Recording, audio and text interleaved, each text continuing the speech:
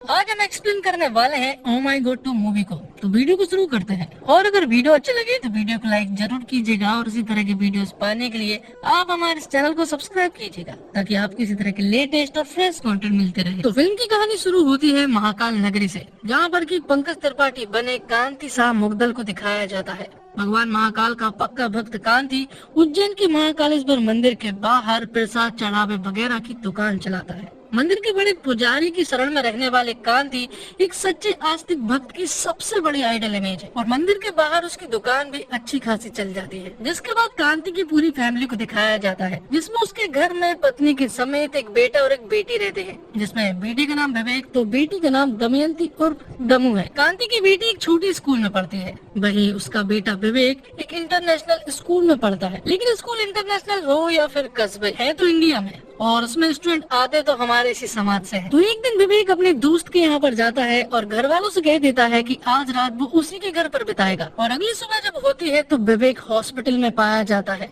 ये बात सुनने के बाद कांति तुरंत ही हॉस्पिटल जाता है, जहाँ पर कि वो अपने बेटे से मिलता है। जिसके बाद कांति डॉक्टर से मिलता है तो डॉक्टर कांति को कुछ ऐसी बातें बताता है कि कांति को कुछ भी समझ नहीं आता है। डॉक्टर कांति को बताता है कि विवेक ने कुछ ऐसी गोलियां खाई है जिस वजह से विवेक रात भर जागा है। तो कांति उस डॉक्टर से कहता है कि इसमें क्या बड़ी बात है, अगर किसी भी बच्चे की नींद पूरी नहीं होगी तो वो तो बीमार पड़ेगा ही। तब जाके डॉक्टर कांति को असली सच बताता है। वो बताता है कि विवेक ने कुछ ऐसी गोलियों का इस्तेमाल किया है जिन गोलियों का इस्तेमाल हम सुहागरात के समय पर करते हैं। और डॉक्टर कांति को ये भी बताता है कि विवेक ने सारी रात मास्टरबेट की है। ये सुनने के बाद कांति को बहुत ज्यादा विवेक पर गुस्सा आती है और वो विवेक को बहुत ज्यादा चिल्लाता है, क्योंकि कांति की नजरों में तो ये सब पाप है। लेकिन सबसे बड़ी बात ये है कि आखिर विवेक ये सब कुछ कर क्यों रहा था। तब कांति विवेक के एक दोस्त से सब कुछ पता कर लेता है। विवेक का दोस्त कांति को बताता है एक डांस कंपटीशन की तैयारी के बीच विवेक एक लड़की का पार्टनर बना। वो बहुत ही अच्छा डांस कर रहे थे, लेकिन कुछ जलने वाले दोस्तों ने उसके पसंदीदा पार्टनर से अलग करवा दिया। उसके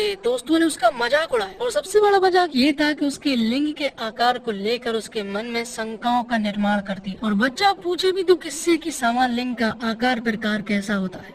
वह नीम हकीमों जड़ी बूटी बेचने वाले बाबाओं के पास भटकता है और फिर एक मेडिकल स्टोर से नकली गोली खाकर बीमार पड़ जाता है। ये सारी बातें जब कांति को मालूम चली तो उसे बहुत ज्यादा दुख हुआ। वो महादेव के सामने प्रार्थना करते हैं कि उसका बेटा इन सारी प्रॉब्लम से बाहर निकला। लेकिन महादेव जानते हैं कि कांति के बेटे विवेक के पास अब कितनी प्रॉब्लम्स आने वाली है, इसलिए महादेव अपने एक दूत को पृथ्वी पर भेजते हैं, जो कोई और नहीं बल्कि अक्षय कुमार होते हैं, जिन्हें कांति हमेशा महाराज कहकर पुकारता है। कुछ दिनों के बाद स्कूल के प्रिंसिपल जो है वो विवेक और उसके पेरेंट्स मतलब की कांति को स्कूल बुलाते हैं और उसे बताया जाता है कि विवेक ने जो हरकत की है उसकी वजह से हम उसे स्कूल से बाहर निकाल रहे हैं। कांति को ये समझ नहीं आ रहा था कि आखिर विवेक ने ऐसा क्या कर दिया जिस वजह से उसे स्कूल से बाहर निकाला जा रहा है। तब कांति को एक वीडियो बताया जाता है जिसमें कि विवेक जो है वो स्कूल के बाथरूम में मास्टरबेट कर रहा होता है। और ये वीडियो विवेक के कुछ जलने वाले दोस्तों ने बना ली थी और उसे हर जगह शेयर भी करती थी। इसलिए स्कूल का ये फैसला निकलता है कि अब वो विवेक को किसी भी हालत में इस स्कूल में तो नहीं रखना चाहते, इसलिए वो उसे स्कूल से बाहर निकाल देते हैं। और धीरे धीरे करके ये वीडियो जो है वो पूरे शहर में वायरल हो जाती है। वीडियो इस प्रकार वायरल होती है कि ये वीडियो उसके घर तक भी पहुंच जाती है और अब विवेक और उसकी फैमिली किसी को भी मुंह बताने लायक नहीं है। कांति जब ये सब देखता है तो उसे बहुत ज्यादा गुस्सा आता है, क्योंकि उसकी इमेज जो है वो एक सच्चे श्रद्धा और आस्था वाली है। लेकिन अब वो किसी से आंख उठा के भी बात नहीं कर सकता, इसलिए वो फैसला करता है कि अब वो यहाँ पर नहीं रहने वाले और अब वो कहीं दूसरे शहर में किसी रिलेटिव्स के पास चले जाएंगे। वो उसी रात अपने किसी रिलेटिव्स के पास जाने लगते हैं। वो स्टेशन पहुँचते हैं जहाँ पर कि अगली सुबह की ट्रेन का इंतजार कर रहे थे। लेकिन तभी अचानक से विवेक जो है वो रेलवे की पटरियों पर पहुँच जाता है और आत्महत्या करने की कोशिश करने लगता है। और यहीं पर कांति की एक बार फिर मुलाकात होती है महाराज से, मतलब कि अक्षय कुमार महादेव से। यहाँ पर महाराज जो है कांति से कहता है कि अपने बेटे विवेक को देखो, शायद वो यहाँ पर नहीं है, कहीं और चला गया हो। और वो उसे हिंट दे रहा था कि वो आत्महत्या करने के लिए चला गया है। तब यहाँ पर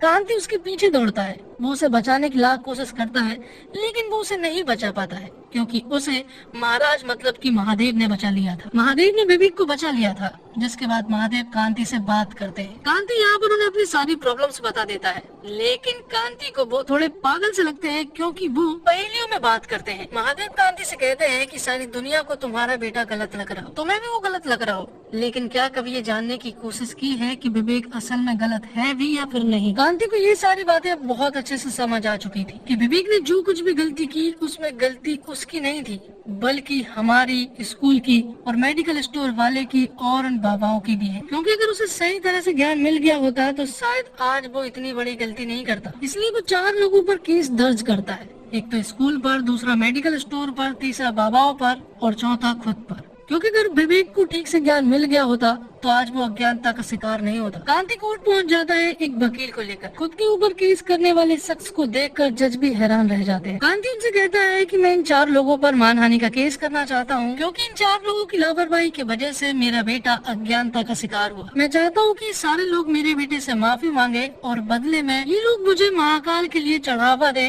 11 रुपए, 21 रुपए, 51 रुपए और 101 रुपए, और मेरे बेटे को स्कूल में वापस दाखिला मिले। लेकिन तभी यहाँ पर कामनी नाम की एक वकील की एंट्री होती है, जो कि एक बहुत ही तेज तर्रार वकील है। कामनी यहाँ पर जज से कहती है कि इस केस को तुरंत ही डिसमिस कर देना चाहिए, लेकिन बात रखने का एक मौका तो मिलना चाहिए। तो कामनी ये केस अपने अंडर ले लेती है और जो कांति के साथ का वकील था वो इस केस को छोड़ देता है, क्योंकि कामनी के सामने उसकी हार पक्की है। तो अब कांति के पास कोई और वकील नहीं था और ना ही इस केस को कोई लेना चाहेगा। तब यहाँ पर वो जज साहब से कहते हैं कि आप मुझे वही दे दीजिए जो हमेशा देते हैं, तारीख। तो जज साहब उसे अगली तारीख दे देते हैं, जिसके बाद से कांति इस केस में लग जाता है। वो इस केस को सॉल्व करने के लिए अब कुछ भी कर सकता था, इसलिए सबसे पहले तो वो इस केस को समझने की कोशिश करता है और फिर ढेर सारी पढ़ाई करता है। वो बहुत सारी बुक्स का अरेंजमेंट करता है जो कि विवेक के पास पहले से ही रखी हुई थी। कांति इस केस को लेकर बहुत ज्यादा सीरियस था। वो दिन रात मेहनत करके इस केस की तैयारियां कर रहा था और सारी चीजों की रिसर्च भी कर रहा था,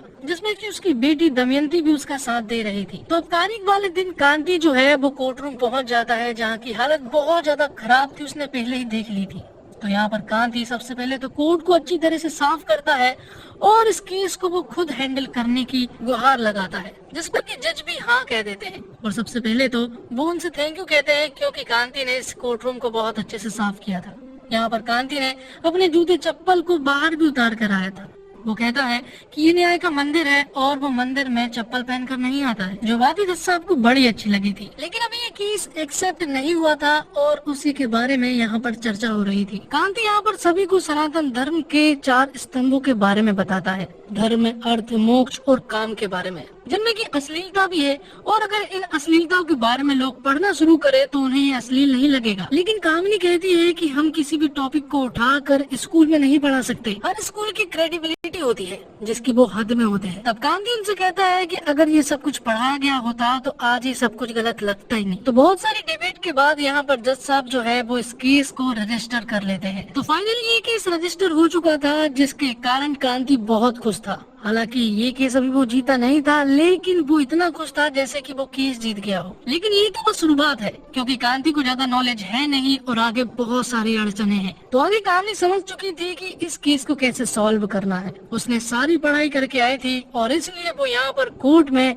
विवेक को बुलाती है। वो उसे कटघरे में पेश करती है और उसे सवाल पूछती है। कामनी यहाँ पर विवेक से बहुत ही उल्टी सीधे सवाल पूछती है, जिनके जवाब विवेक दे तो पाता है नहीं, साथ ही वो अपने सर को ऊंचा भी नहीं कर पाता है और इस कोर्ट से भाग जाता है। और जब कांति अपने घर पहुँचता है तो उसकी मुलाकात उसके घर के बाहर महादेव से होती है। महादेव कांति से कहते हैं कि वो बोलो जो कानों को अच्छा लगे, वो बोलो जो समाज को अच्छा लगे। कांति उनसे कहता है कि आपकी सारी बातें किसी को समझ में आती भी है या फिर नहीं, जिस पर कि महादेव उससे कहते हैं कि मुझे जिसको जो समझाना होता है वो समझ जाता है। कुछ देर बाद यहाँ पर कांति को समझ आ जाता है कि आखिर महाराज क्या बोल रहे थे। उनकी बातों पर गौर करने के बाद अगले दिन वो फिर से कोर्ट में पेश होता है और सबके सामने एक सॉलिड स्पीच देता है। कांति को मालूम है कि आगे कामिनी जो है वो उसकी बेटी दमयंती और उसकी बीवी को भी कटघरे में पेश करने वाली है, इसलिए उसने अपना होमवर्क पहले से ही करके आया था। क्योंकि जो सवाल कामिनी उसकी बीवी और उसकी बेटी से कर रही थी, उनका जवाब जो है वो उसकी बेटी और बीवी बहुत ही ओपन माइंडेड होकर दे रहे थे,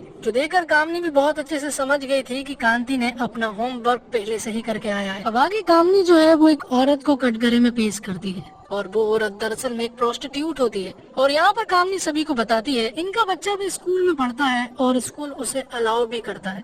स्कूल के बाहर आप जो भी करें लेकिन आपको स्कूल में हद में रहना होगा। अगर स्कूल ने अपने स्टूडेंट को लेकर डिसिप्लिन को लेकर एक एक्शन लिया है तो इसमें क्या बुरी बात है। तो यहाँ पर कांति की बोलती बंद हो जाती है और फिर अगले दिन उनकी मुलाकात होती है महाराज से। यहाँ पर महाराज जो है वो उसे पहले में एक बात बताते हैं कि सवाल नहीं करोगे तो जवाब कहाँ से मिलेगा। सवाल के अंदर ही सवाल है, सवाल के बाद फिर जवाब है, जवाब के बाद फिर सवाल है, सारा सवाल जवाब में ही होता है। तो अब कांति बहुत अच्छे से समझ गया था कि उसे यहाँ पर बहुत सारे सवाल जवाब करने हैं। तो कांति उसी प्रोस्टिट्यूट को वापस बुलाता है और उसे सवाल करना शुरू करता है। वो उससे कुछ पोजीशन के बारे में बात कर रहा था। यहाँ पर वो औरत भी उसे जवाब दे रही थी। कांति उनसे कहता है कि वो तो अपनी भूख मिटाकर चले जाते हैं, क्या तुम्हें अच्छा लगता है? जिस पर कि वो औरत साफ मना करती है। वो कहती है कि कुछ लोग नाचने के लिए आते हैं तो कुछ लोग उल्टा सीधा काम करने के लिए, और वो कुछ नहीं कर पाते हैं तो वो सामने बैठकर रोते रहते हैं। तो कांति उनसे कहता है कि अगर उन सभी लोगों को पहले से ये सब कुछ आता होता तो शायद तुम्हें परेशानी नहीं होती।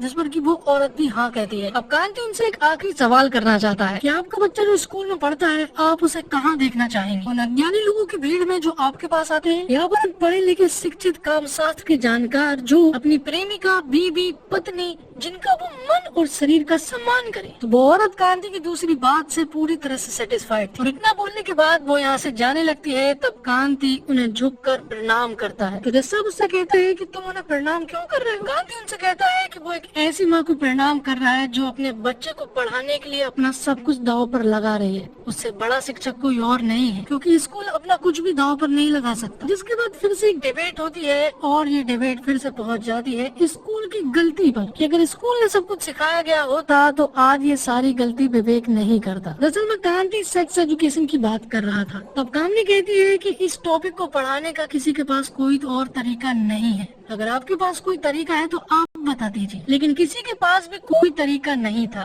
तब कामनी उससे कहती है कि अगर आपके पास कोई तरीका ना हो तो आप इस केस को वापस ले लीजिएगा। अगर तरीका हो जो कि बनकर ना हो तो आप हमें बता दीजिएगा। अब कुछ दिनों के बाद फिर से कांति की मुलाकात होती है महाराज जी से। यहाँ पर महाराज जी उसे फिर से अपना ज्ञान देना शुरू करते हैं। वो उससे कहते हैं कि सच को दबाओ मत, सच को बताओ, क्योंकि सच हमेशा नग्न होता है। जो है उसे वैसा बता दो, क्योंकि सत्य सुंदर होता है और सुंदर ही शिव है। वो दोनों यहाँ पर कचौरी भी खा रहे थे और यहाँ पर महाराज कांति को भी एक कचौरी देते हुए कहते हैं कि कचौरी को देखकर खाना, क्योंकि जिस कागज में कचौरी थी उसमें बहुत ही अच्छी कुछ इन्फॉर्मेशन थी जो कि कांति के काम आ सकती थी। अब कांति को ये बात तो बहुत अच्छे से समझ आ गई थी कि उसे सब कुछ खुलकर बताना है। इसलिए अगले दिन वो कोर्ट में ह्यूमन बॉडी की कुछ पोस्टर्स लेकर जाता है जो कि एकदम नग्न थे, जिन्हें देखकर कामनी कहती है कि ये वल्गर है और इन्हें हटा देना चाहिए। लेकिन कांति उनसे कहता है कि ये सारे पोस्टर्स स्कूल और प्रयोगशाला में पाए जाते हैं और सारे शिक्षक इन्हीं पोस्टर के द्वारा ह्यूमन बॉडी के पार्ट्स को पढ़ाते हैं। तो फिर इन्हीं पोस्टर्स के द्वारा हम गुप्तांग के बारे में भी आराम से पढ़ा सकते हैं। कांति ये भी कहता है